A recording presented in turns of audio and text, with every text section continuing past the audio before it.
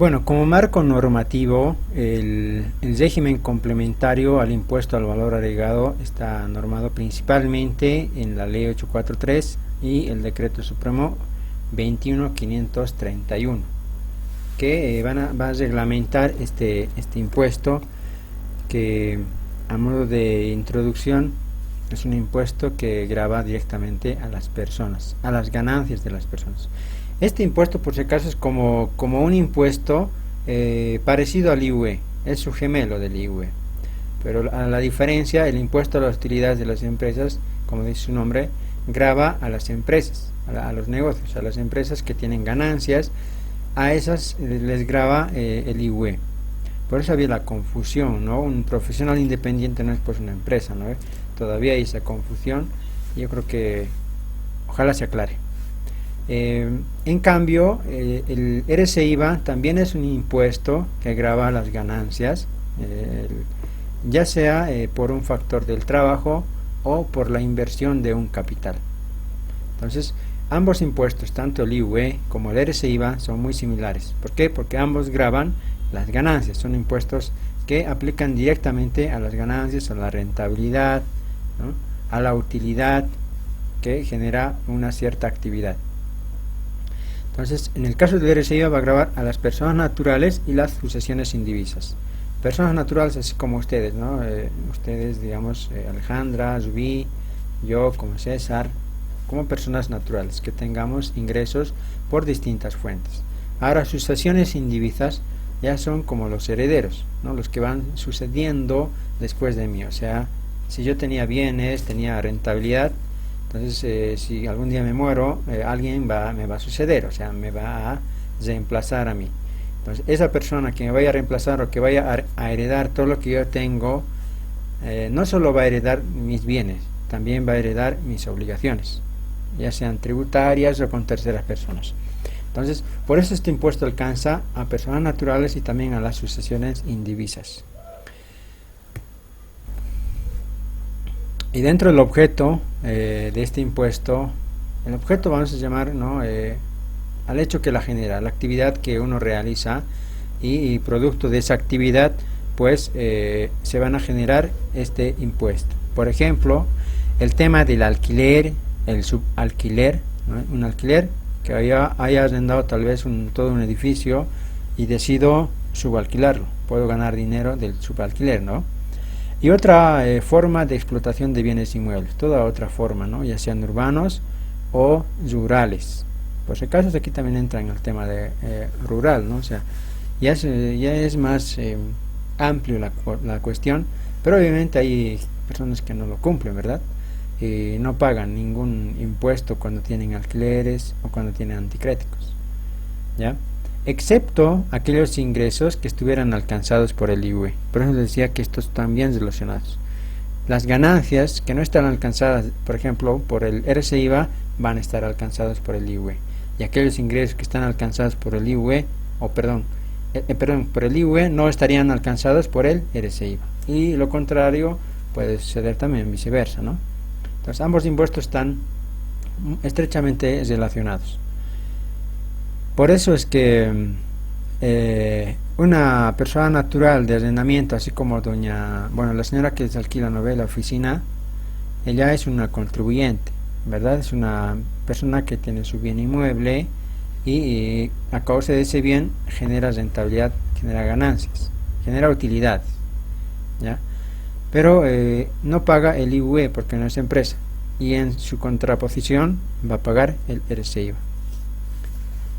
Entonces, también tenemos el alquiler, subalquiler u otra forma de explotación de bienes muebles, en este caso. Bienes muebles, vehículos, tractores, volquetas, etcétera.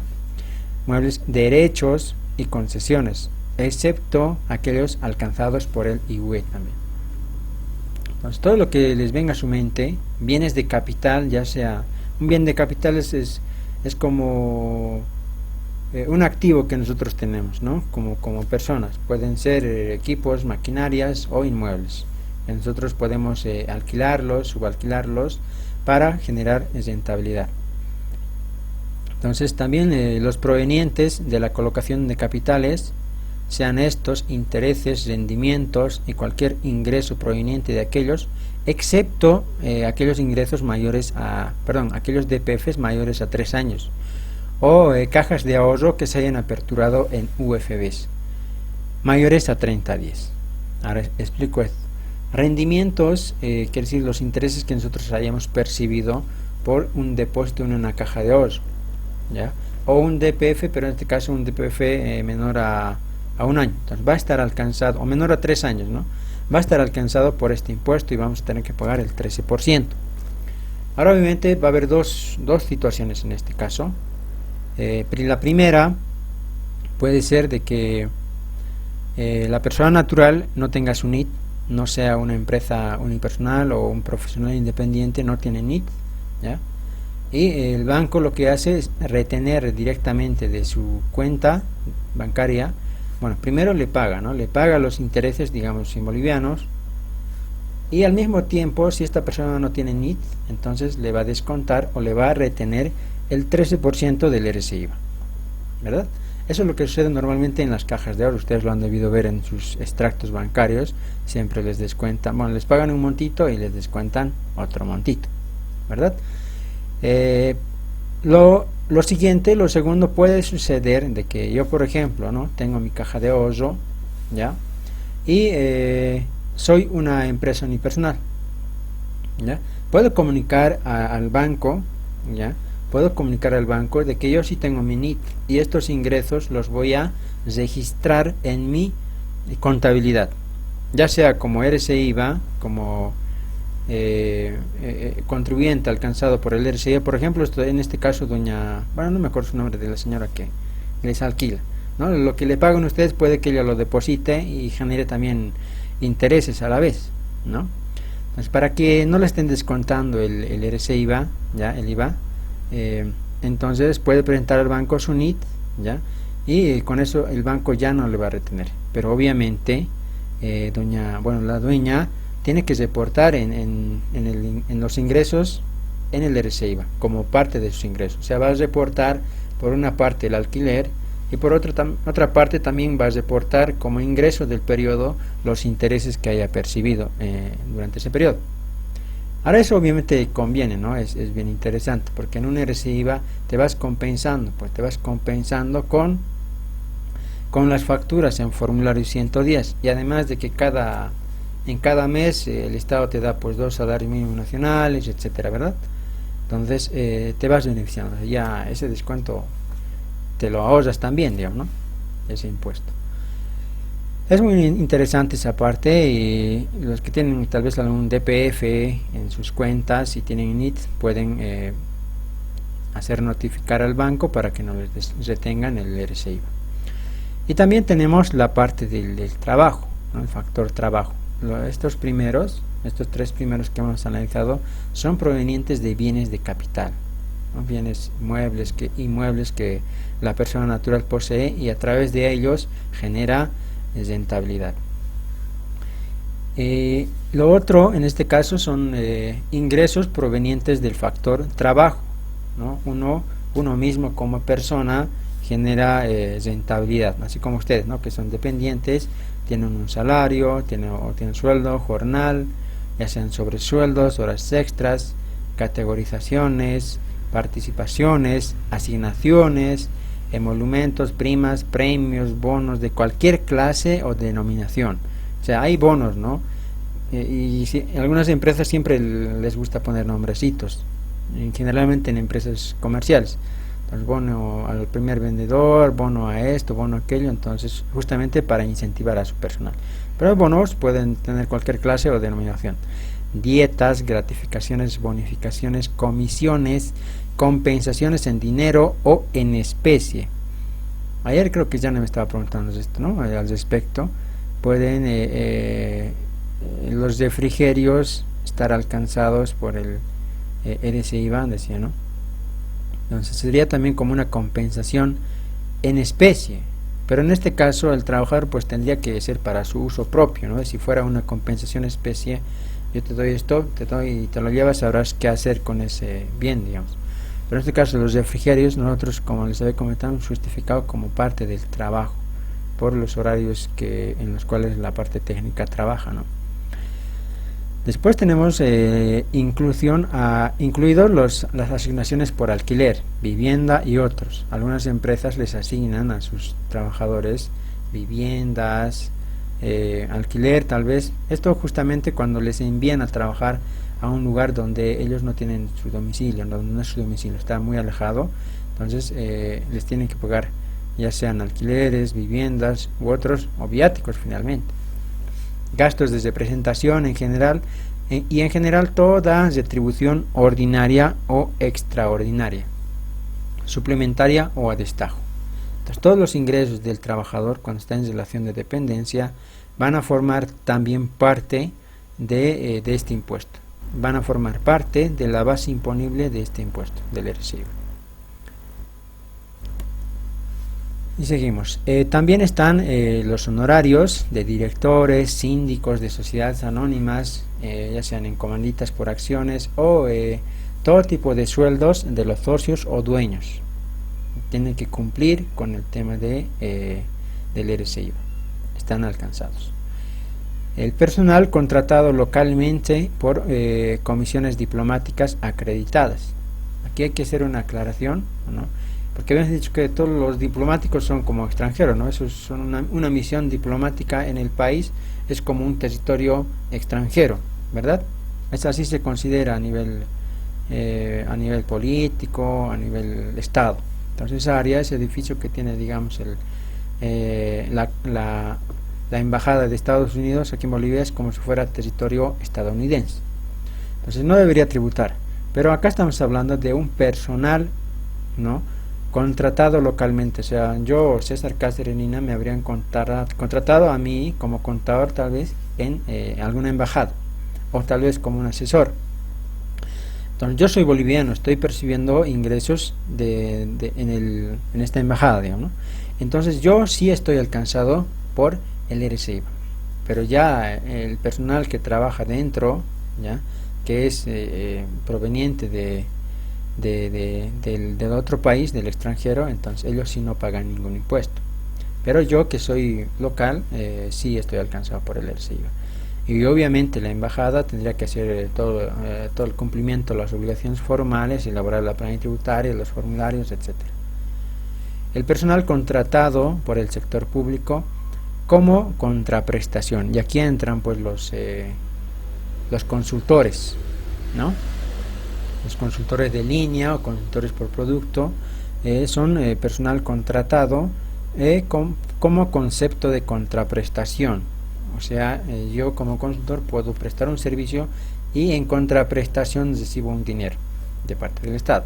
Obviamente no soy funcionario público, hay que diferenciar.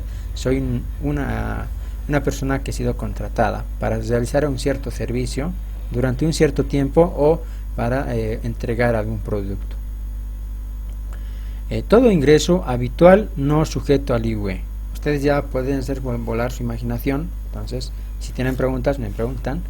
Y cualquier otro ingreso que sea ya generado por un bien de capital, ¿ya? O por el factor trabajo, está alcanzado por este impuesto. Pero que no esté alcanzado por el IVA. Si está alcanzado por el IVA, entonces no alcanza el RSI. Entonces, como les dije, ambos son como gemelos. Si uno paga por el IVA, no tendría que pagar por el RSI.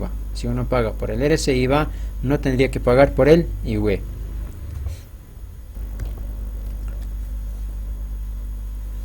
Ahora entramos a los no objeto, aquellas actividades que no están alcanzadas, no forman parte del objeto de este impuesto, como ser la distribución de acciones o cuotas de capital, ¿no? Este tema del mercado de valores, por norma, establece que no están alcanzados o están exentos, están fuera del objeto de todos los impuestos, no están alcanzados a ningún tipo de impuesto, justamente quizás para incentivar las inversiones extranjeras.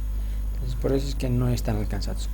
Pero también tienen lógica, ¿no? Porque si yo invierto un dinero, es como comprar un bien, un activo. Obviamente esa inversión va a ir generando ganancias, va a ir generando ingresos mensuales, anuales, utilidades, y de ahí es donde va a salir todos los impuestos. Entonces está bien. El tema del aguinaldo de Navidad no forma parte del objeto del RCIVA. Las indemnizaciones y desahucio, ya sea por retiro voluntario o por despido. Los subsidios prefamiliar, bueno, esto dice la norma, tal vez había antes bueno, el prefamiliar supongo que sería como subsidio de prenatal, ¿no? El matrimonial, cuando te casas, la natalidad, lactancia, familiar y sepelio. O sea, todos los subsidios en sí no están alcanzados por este impuesto, ¿ya? Están fuera del objeto de este impuesto, por lo tanto no pagan ningún tributo. Las jubilaciones y pensiones conforme al Código de Seguridad Social, no todas las jubilaciones, ya sea del sector público o privado, entonces no están alcanzadas tampoco del RCI, porque se supone que nosotros ya hemos pagado el impuesto por nuestros ingresos, ¿verdad?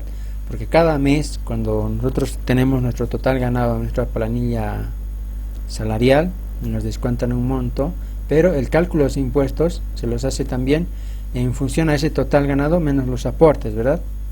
Entonces ya estaríamos considerando al momento de liquidar cada mes nuestros ahorros, ya estamos considerando el RCIVA, ¿no? Y obviamente además está considerado en el Código de Seguridad Social las pensiones y las jubilaciones. Entonces ellos tampoco pagan ningún tributo. Las pensiones vitalicias del TGN están también fuera del alcance de este impuesto, y dentro de ellas están pues las pensiones que reciben los expresidentes, los guerreros que han ido a defender nuestras tierras en las guerras, ya sea de Chile, no creo que haya, ya se han de morir todos. El de la guerra del Chaco, ¿no? Todavía tenemos beneméritos, las enfermeras que han atendido a los guerrilleros, ¿no? Entonces estas personas tienen pensiones vitalicias. Entonces estas pensiones no están alcanzadas también por ningún tributo. Los viáticos y gastos de representación sujetos a rendición de cuentas documentada. Habíamos dicho anterior en el objeto que los viáticos sí están alcanzados, pero cuando es un viático como los que tienen NT, sí están alcanzados, ¿no? Que no están sujetos a rendición. En ese caso, pues la persona que ha sido delegada para trabajar en algún lado puede disponer a su gusto y antojo ese dinero, ¿verdad? En cambio, si fuera un viático contra rendición de cuenta documentada, cuando esta persona vuelva de realizar su trabajo, ¿no?, por una actividad que le haya sido delegada en el interior, entonces tiene que hacer una rendición de cuentas documentada, tiene que presentar todos sus descargos con facturas originales, ya sean recibos, y todos los documentos que le sirva de respaldo para rendir la cuenta. Y obviamente si sobra un dinero tendrá que devolver ese dinero. Los DPFs y rendimientos mayores a 3 años hemos dicho que no están alcanzados. Entonces si van a invertir en DPFs que sean mayores de 3 años, si es que no quieren pagar impuestos. Los sujetos, ¿quiénes son las personas alcanzadas? ¿Quiénes son las personas obligadas de realizar? Hemos dicho que son las personas naturales o sucesiones indivisas. La base imponible. Para la base imponible se va a considerar el ingreso al valor o monto total, ¿no?, del ingreso, ya sea en moneda o en especie, ¿no?, ese ingreso que haya percibido en el periodo, ¿no? En caso de dependientes, por ejemplo, el total ganado menos todas las cotizaciones al régimen de seguridad social, ¿no? Ya sabemos, ¿no?, menos las AFPs, el total ganado menos AFPs. Entonces también tenemos los contratos de anticrético. En el tema de contratos de anticréticos se consideran como ingreso el 10% anual, ¿ya?, el monto del monto de la operación, ¿no? Si nosotros contratásemos un anticrético, digamos, por $10,000, ¿ya?, el 10%, o sea, $1,000, sería tu ingreso presunto anual, ¿ya?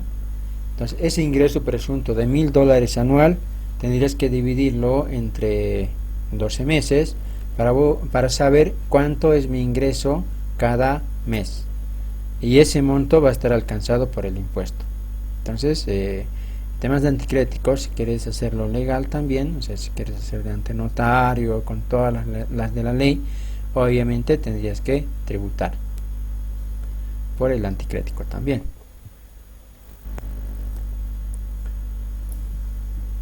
El periodo de liquidación, por ejemplo, para dependientes es mediante un agente de retención, que en este caso sería la empresa. Se constituye como agentes de retención y la misma tiene que pagar o impostar al fisco en el plazo de su terminación de NIT, ¿no? El que sabemos, ¿no? El 3, 14, de acuerdo a la terminación del NIT, y según esta tabla tienen que ir declarando el impuesto que hayan detenido o los saldos a favor del contribuyente. Obviamente en este caso podemos decir de que si la empresa tiene trabajadores que no ganan más de 4 salarios mínimos nacionales como sueldo neto, no estarían alcanzados, por lo tanto no elaboran planillas salariales planillas tributarias, ni envían la declaración jurada del RCIVA como dependientes, el 608. No están obligados, o sea, ni declaran ni envían la planilla tributaria, ni siquiera lo elaboran, ¿ya? Pero la norma también establece de que si una persona, ¿ya?, un empleado en uno de esos meses, digamos, puede que presente su formulario 110, ¿verdad? Puede presentar, tiene todo el derecho de presentar para ir ahorrando, ¿no? Esto puede ser, por ejemplo, de que yo me haya comprado un vehículo este mes, ¿no?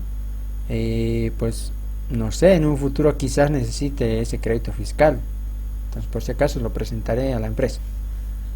En ese momento la empresa, el agente de detención, tiene ya la obligación de elaborar la planilla tributaria y de reportar esos saldos, ¿no? En ese momento. Entonces, ¿cuándo existe la obligación en este caso? Es cuando ya haya un saldo retenido a favor del fisco o cuando haya un saldo a favor del dependiente. Entonces, en esos casos ya existe la obligación de reportar toda la información que corresponde. En el tema de los contribuyentes directos, en este caso los dependientes serían como contribuyentes indirectos. Indirectamente están aportando su parte de impuestos, y los contribuyentes directos tienen un plazo trimestral.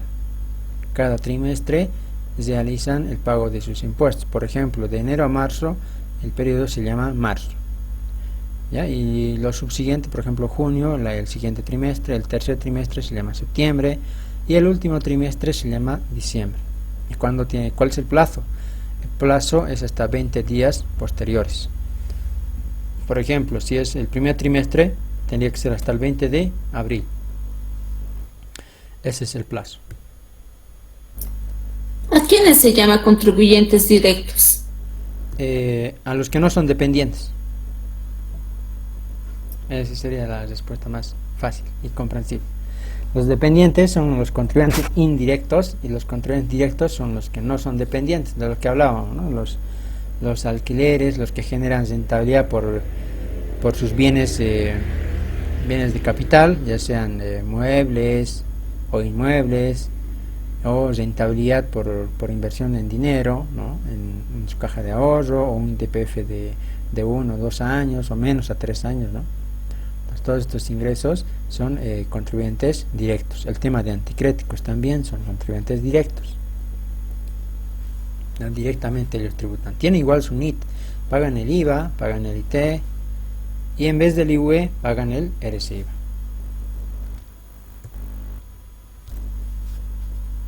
La alícuota general es la que conocemos, el 13%, igual que el IVA. Y justamente este impuesto es como que el comodín del RCIVA, ¿no? Es lo que ayuda al RCIVA a sentirse de sí mismo un buen impuesto, digamos, ¿no? Porque si no hubiera el RCIVA, nadie pediría facturas, pues. Esto justamente se ha creado para que los empleados, los contribuyentes directos, a modo de compensar o de no pagar el 13% de sus ingresos, puedan compensar con facturas, ¿no? Y el hecho de compensar con facturas quiere decir que pues los contribuyentes, sean directos o indirectos, al comprar ya un bien o servicio, directamente van a pedir facturas, ¿verdad? Y en ese sentido también venía el Decreto Supremo 4298 al decir de que los dependientes van a tener un 20% más de crédito fiscal a las compras realizadas a los productores nacionales, a los productos hechos en Bolivia, a los que tengan ese sello de producto hecho en Bolivia, ¿no?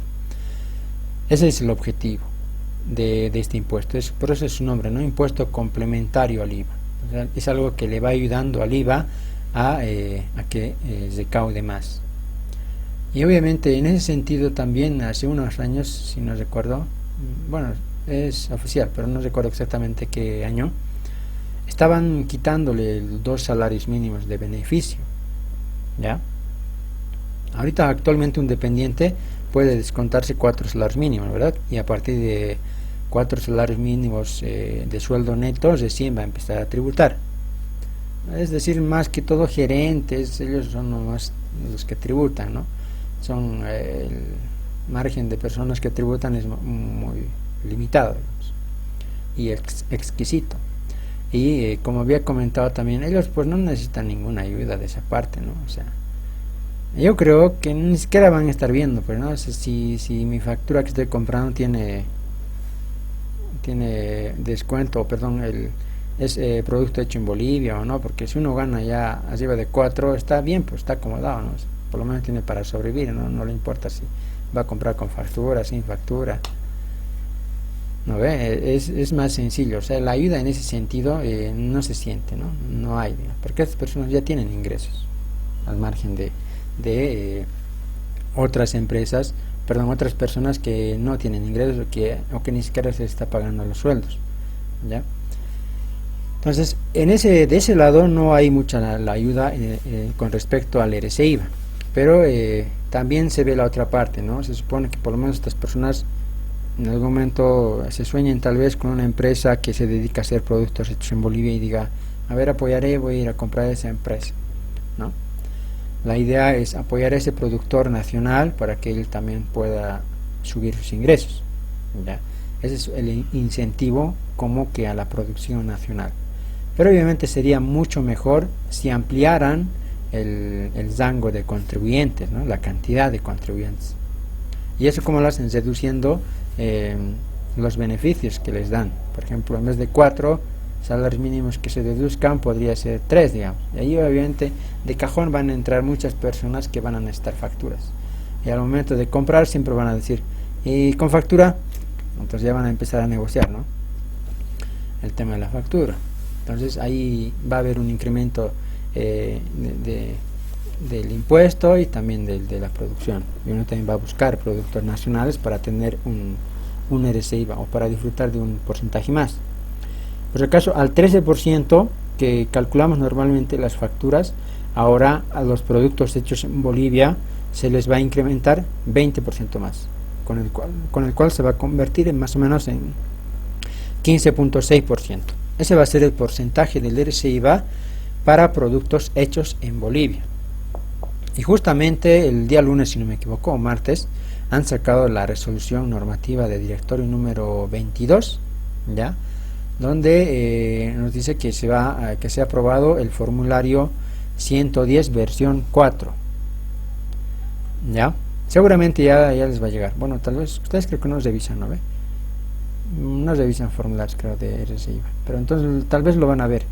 Entonces yo todavía no lo he visto, he entrado a la página y todavía no hay la actualización. Supongo que en estos días va a salir recién, porque primero tienen que ver, pues en la misma normativa dice de que las empresas que tienen productos hechos en Bolivia tienen que registrarse primeramente en el Ministerio de Economía, de Desarrollo Productivo y Economía Plural, ese es el nombre, ¿no? En ese ministerio tienen que registrarse como proveedores de hechos en Bolivia, ¿ya? Entonces, una vez que se registren, esa base de datos va a pasar a impuestos. Entonces, me estoy imaginando que en el formulario 110, en la nueva versión, va a haber algunas facturas que son facturas normales, comunes y corrientes, ¿no? Que disfrutan de su 13% y que no han hecho el trámite de productos hechos en Bolivia. Entonces, yo, si digamos presto un servicio, me registro ya en los proveedores hechos en Bolivia, y creo que ya me he registrado también. Bueno, yo ya me registro en todo. Yo creo que me he registrado. Te registras y automáticamente tus facturas ya gozarían de ese beneficio más. O sea, cuando estás registrando tu formulario 110, tendrías que separar, ¿no? Estos son los productos hechos en Bolivia, estos son los normales.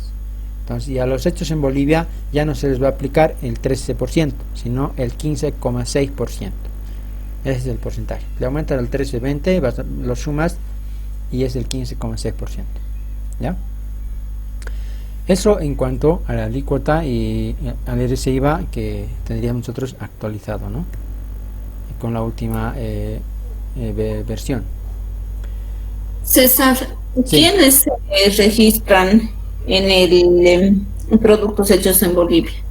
Todos los que estén alcanzados pues por el IVA, todos los dependientes que estén alcanzados por el IVA van a gozar de ese beneficio. Y al momento de llenar sus facturitas tienen que separar, pues, ¿no? Es decir, esto es hecho en Bolivia, esto no es hecho en Bolivia, entonces si quieren gozar del beneficio. Ahora, de la otra parte de los proveedores, se puede registrar cualquier empresa, ya sea productiva o de servicios o industrial. Productiva o comercio no tanto, ¿no? Porque el comercio, uno siempre comercia productos importados, ¿no? Pero si comercias un producto hecho en Bolivia, entonces o tiene el sello de hecho en Bolivia, puedes tener ese beneficio. Es como el aguinaldo, ¿no? El doble aguinaldo que han sacado, y tenías que comprar de empresas que estaban registradas ahí. En este caso va a suceder lo mismo, ¿no? Para usted tener ese beneficio tienes que acudir a las empresas que están registradas en los productos hechos en Bolivia, ¿no? Para que usted pueda sumar ese 20% más. ¿Ya? Ya. Sí, eso es. Entonces, ¿cuál sería el procedimiento en ese caso? La empresa que tiene o que ofrece servicios o productos hechos en Bolivia tendrá que registrarse primero en la página o en la plataforma del Ministerio de Desarrollo Productivo y Economía Plural. Entonces va a estar como que habilitado, ¿no? Entonces, todos los servicios que tenga, incluso cuando registras ahí, te registras, tienes que registrar qué productos tienes, qué servicios tienes. Ya, si digamos es una empresa industrial, me registro como tal, voy a detallar todas mis actividades y voy a detallar los productos y los precios también. Se detallan ahí. Digamos zapatos de cuero, chalinas o chalecos, relojes, carteras, billeteras, cinturones, no sé. Todos los productos van a ir detallándose en ese al momento de que te registras. Y en cuanto a lo industrial, por más de que la materia prima no sea nacional, Sí, pues tendría que ser. La idea es fomentar la producción, ¿no? Esa es la principal idea. Por ejemplo, digamos Don Edwin, que está alcanzado por este impuesto, pueda ir y buscar proveedores hechos en Bolivia para poder beneficiarse de este porcentaje, digamos. Obviamente no es mucho el porcentaje, yo creo que Don Edwin ni siquiera va a pensar en eso. No ve. 15.6, 2,5, 2.6% más, o sea, no sé, para mí lo veo un poco difícil, digamos, que esto sea beneficioso. O sea, es más trabajo para impuestos, más trabajo para los contadores que revisan, o perdón, para el área de recursos humanos en este caso. Es más trabajo nomás, porque tienen que estar viendo, a ver, si es, cómo sé que esa factura es realmente hecho en Bolivia, ¿no? Y al margen de eso dice la normativa que tienen que dosificar con esa característica. Me imagino que va a decir en la factura como una característica, ¿no? Producto hecho en Bolivia. Tienen que revisar eso más, ¿ya? seleccionando. Tienen que ir seleccionando. Entonces, primero la empresa tendría que registrarse en esta página del ministerio, luego tendrá que dosificar sus facturas nuevamente para que muestre el logo o alguna leyenda de productos hechos en Bolivia. Va a tener una dosificación especial, diferenciada. Va a dosificar aparte y con eso va a poder vender, ¿no? Y obviamente si uno quiere hacer, digamos, marketing, entonces en sus páginas dirán, ¿sabes qué? Yo estoy ofreciendo productos hechos en Bolivia y ya tengo mi dosificación, todo, vengan a comprarme, ¿no? Así como el doble aguinaldo. Ponían su letrerito, ¿no? Punto de venta doble aguinaldo, dice, ¿no? Y tú entrabas y te comprabas. En este caso es un poco más complicado porque el doble aguinaldo te lo regalan un monto, pues no es un regalo prácticamente. En cambio solamente es un porcentaje que solamente va a alcanzar a ciertas personas, a determinadas personas. pues no va a alcanzar a todo el mundo. A ver. Sí, está bien. ¿Hay algún plazo para que se puedan inscribir, digamos? Plazo como tal no hay.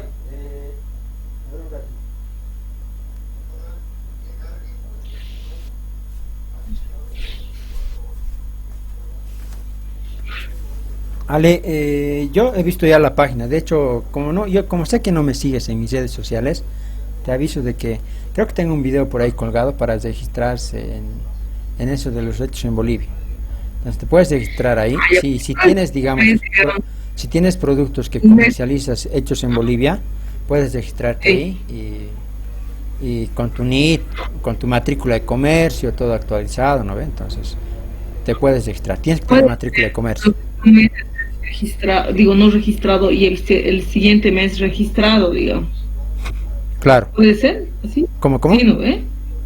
O sea, puede ser, digamos, que una empresa no se haya registrado, digamos, el mes de agosto y recién se haya registrado el mes de septiembre, ¿no? Puede haber esos casos, ¿no? Para para los formularios 110, que un mes, digamos, no estaba y el siguiente sí. Sí, yo creo que sí va a ser así, porque como ahorita todavía no he visto ni el formulario, por eso he entrado, ayer nomás he entrado, y no he visto todavía la actualización. Además de que las empresas primero tienen que registrarse, tienen que hacer una nueva dosificación, y bueno, hasta que eso pase va a pasar a septiembre.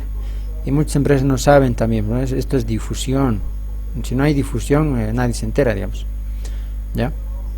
Entonces, de a poco se van a ir enterando y de a poco también se van a ir registrando las empresas, y a medida que se vayan registrando tienen que activar su dosificación primero, una nueva dosificación, y recién van a poder facturar pues con esa leyenda o con ese beneficio. Entonces, si tienes, digamos, o vendes algún producto hecho en Bolivia, entonces y vas a facturar, entonces tendrías que hacer este trámite, ¿no? Primero registrarte en lo del ministerio y segundo dosificar una factura con esas características. Ya, gracias, César. ¿Y desde qué periodo se va a usar el formulario 110 versión 4? Ya nomás, pues o sea, la normativa ya está vigente, no solo que en la parte operativa los impuestos están tardando, ¿no? Eso es. Desde julio, desde agosto ya debería estar, pero en la reglamentación que ha salido recién entre lunes o martes, entonces no se puede, ¿no? Entonces este mes, yo creo que desde septiembre algunos tal vez traigan este tipo de facturas, ¿no? Yo creo que más al año nomás siempre va a ser, ¿no? O diciembre. Diciembre es un mes alto, todos compran regalos, todos empiezan a comprar regalos, entonces yo creo que algunas empresas también se van a poner las pilas para tal vez promocionar esto, digamos, ¿no? Algunas empresas que facturan, pues, ¿no? Los que no facturan, no, pues ni pedo, no les dan bola a esto, ¿no? Eso es Rubí. O sea, de hecho ya está vigente ahorita.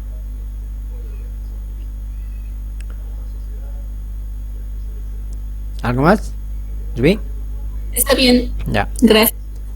En el tema de los contribuyentes en relación de dependencia, ¿cómo se calcula? ¿Sí? Entonces este formulario se va a actualizar automático, ¿no? En el facilito. Sí, no es automático, como es un software de escritorio, tienen que subir... ¿Hola? Ya. A ver. Ya. Como es un software que es... no es en línea, es un software de escritorio, ¿ya? Entonces tienen que enviar los de impuestos una actualización, como que un parche, un actualizador, ¿ya? Entonces ese actualizador todavía no está en la página de impuestos, ¿ya? Por lo tanto todavía no se puede llenar esas facturas con este beneficio. Y no creo que han recibido, porque hasta el 20 nomás se reciben las facturas, ¿no? Entonces de este mes ya no cuenta, directamente es para septiembre estos beneficios, ¿no? Para septiembre seguramente los primeros días o en esta semana, la próxima tal vez, van a ir actualizando esa parte del formulario el formulario 110 versión 4. ¿Ya? Ya, gracias. Entonces, ¿cómo se calcularía el tema del RCIVA para el caso de contribuyentes en relación de dependencia, o sea, los empleados. El total ganado, ya obviamente aquí en el total ganado vamos a considerar pues bonos de antigüedad, todo lo que hemos mencionado, ¿no? De cualquier tipo de naturaleza, ya sea en especie o ya sea en dinero. Todo ese total ganado, todo ese total de ingresos que ha tenido el dependiente, le vamos a restar los aportes cotizables al sistema integral de pensiones. ¿Ya? Eso dice la normativa. Primeramente tenemos que hacer el descuento de los aportes al sistema integral de pensiones. Luego, en el artículo 8 también del Decreto Supremo 21.531 nos dice que nos podemos descontar 2 salarios mínimos nacionales. Expresamente lo dice.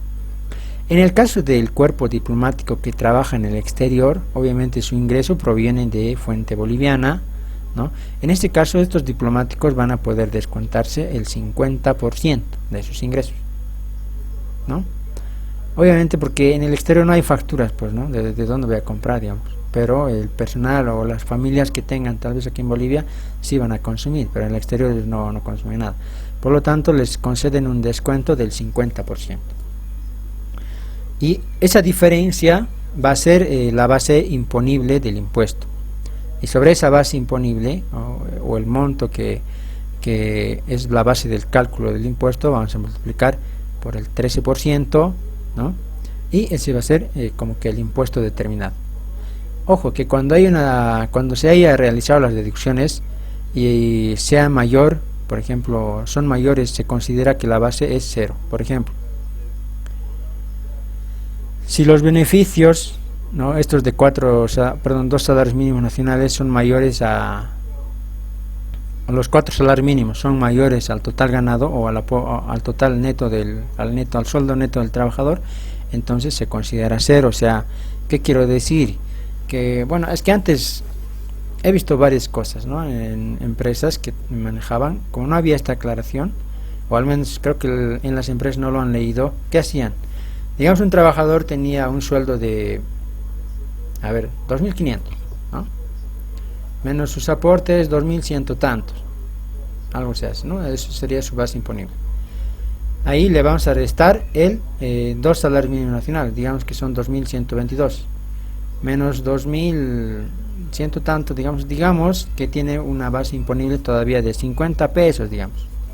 Le sacas el 13% y tienes que volver a disminuir 2 salarios mínimos nacionales, ¿verdad? El 13% de 2 salarios mínimos.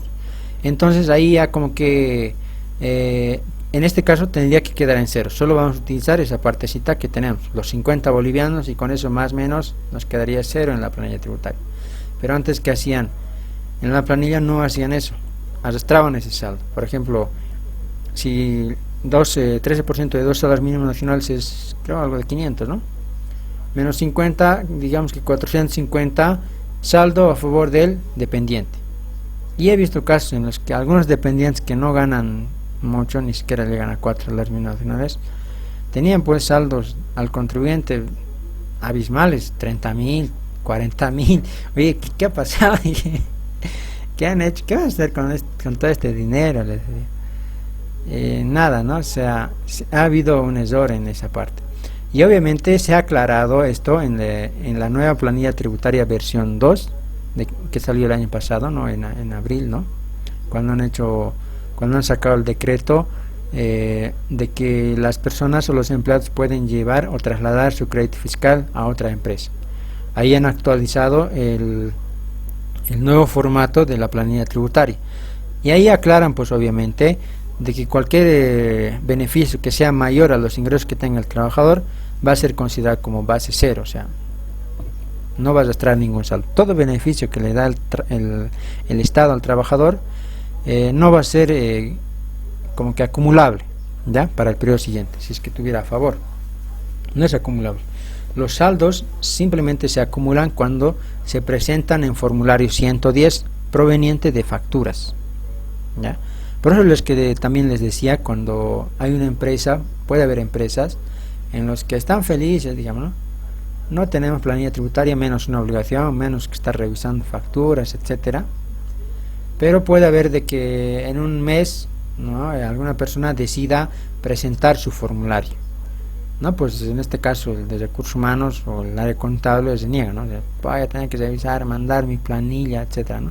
Porque ya se le genera la obligación, ya sea cuando tiene un saldo retenido a favor del impuesto, a favor del fisco, o un saldo a favor del contribuyente. En ese caso ya tiene la obligación de reportar la información, enviar el formulario 110, la planilla tributaria, etcétera, ¿no? Después de que tengamos esta base imponible de reducir del sueldo neto 2 salarios mínimos que te da el Estado, podemos reducir y compensar como pago a cuenta el 13%, en este caso, de facturas regulares, y el 13% más un 20% de acuerdo al Decreto Supremo 4198 para compras realizadas a productos hechos en Bolivia, ¿ya? En el formulario 110 versión 4 hay algunas características que también ustedes lo saben mejor que yo tal vez. Primero que nada, este formulario debe ser presentado hasta el 20 de cada mes. Además también debe tener una antigüedad solamente de 120 días anteriores a la fecha de la presentación del formulario. Debe estar emitida obviamente a nombre y el carnet del titular, excepto en el tema del cuerpo diplomático. En el tema del cuerpo diplomático, pues en el exterior no hay facturas, ¿no? Bueno, no hay facturas de Bolivia. Que también es otra consideración. Por ejemplo, yo trabajaba en ET, digamos que estaba alcanzado por el IVA, y también era contribuyente porque tenía mi NIT, ¿no? Como empresa unipersonal. Y hay que separar siempre, ¿no? Hay que separar la parte personal y la parte de la empresa. Entonces, para mi formulario 110, en este caso voy a presentar con mi carnet, y para mi negocio va a estar con mi NIT. Entonces ahí a veces te confundes. Yo mismo en las primas le había presentado a la Llane mis facturas con mi NIT y me has rechazado, y he tenido que hacer malabares. Entonces esas revisiones las tiene que hacer el empleador, ¿no? Son parte de las obligaciones que tiene el empleador de hacer estas revisiones. Y obviamente sin dejar de mencionar de que este formulario 110 debe estar archivado, guardado durante el término de la prescripción, que en este caso son 8 años, pero que cuando calculas se convierten en 10 años aproximadamente. Y luego de haber deducido ya tus facturas, también puedes deducir, hay otra deducción más equivalente al 13% de 2 salarios mínimos. Se supone que son provenientes de las compras que uno realiza en el mercado sin facturas, o a contribuyentes, o compramos a contribuyentes de los regímenes especiales, en este caso el régimen simplificado, o el régimen agropecuario unificado, el régimen tributario integrado, y en este nuevo régimen que está saliendo también, el régimen 7RG, ¿ya? Entonces tenemos estas formas ahorita de tributación. Y obviamente, Alejandra, la verdad me hubiera gustado que ustedes también entren a este nuevo régimen del 7RG, pero la norma lastimosamente les ha jugado la mala pasada, porque solo dice empresas o negocios productivos y servicios, no está el tema de comercial. Entonces ese momento dije, oh, qué bacano porque los beneficios son buenos, ¿no? Son buenos y pagan menos impuestos. Entonces es interesante, hubiera sido interesante entrar ahí, hubiera ayudado tal vez. Entonces, en esta parte ustedes también ya lo conocen, cómo es el cálculo, y en resumen es esto: el sueldo neto menos 4 salarios mínimos nacionales, esa es la base imponible de este impuesto para los empleados. Y obviamente ahí, si les sale un impuesto a pagar, pueden considerar como pago a cuenta el 13% de sus facturas de gastos personales.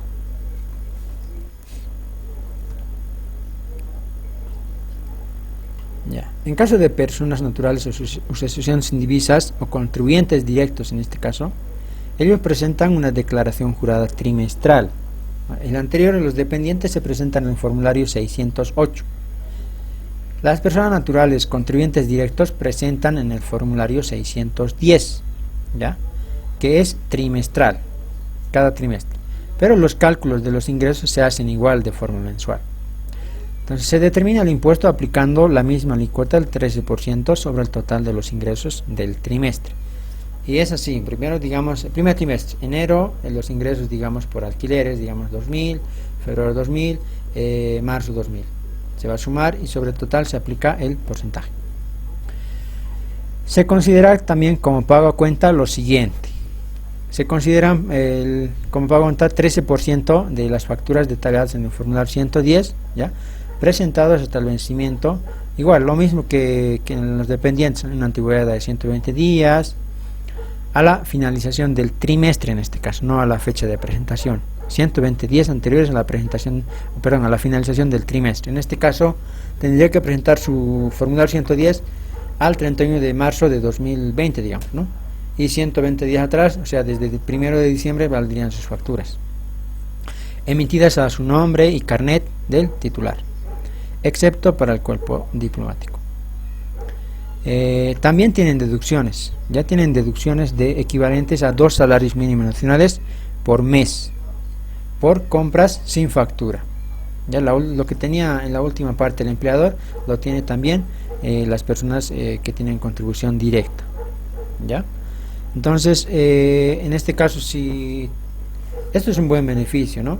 Puedes presentar cualquier cantidad de facturas aquí como pago a cuenta, y normalmente este tipo de contribuyentes no pagan el RCI, es más formal, ¿ya?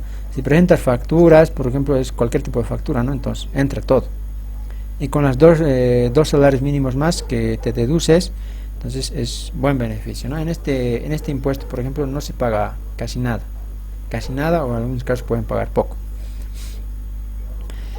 El saldo a favor del periodo anterior y mantenimiento de valor también se considera, al igual que los dependientes, ¿no? Como una deducción. Entonces, en el formulario 110, por ejemplo, hemos presentado mucho crédito fiscal, ¿no? Y nos ha sobrado, entonces podemos arrastrar para el trimestre siguiente, etcétera. Se puede arrastrar, podemos ir acumulando ese saldo. Y obviamente también tiene su mantenimiento de valor, o sea, se actualiza por las UFBs. En el caso de retenciones, cualquiera de las anteriores, excepto dependientes, cualquiera de las anteriores contribuyentes directos, los que habíamos mencionado, el tema de alquiler, los socios, directores o síndicos, ¿ya? Contraprestación o realizada al Estado, todo lo que hemos mencionado, que no son dependientes, se debe hacer la retención impositiva, ¿ya? Las personas jurídicas, públicas o privadas, que efectúen pagos a personas naturales deben de tener los impuestos correspondientes. En este caso va a ser el 13%, y se paga en el formulario 604 el 13%.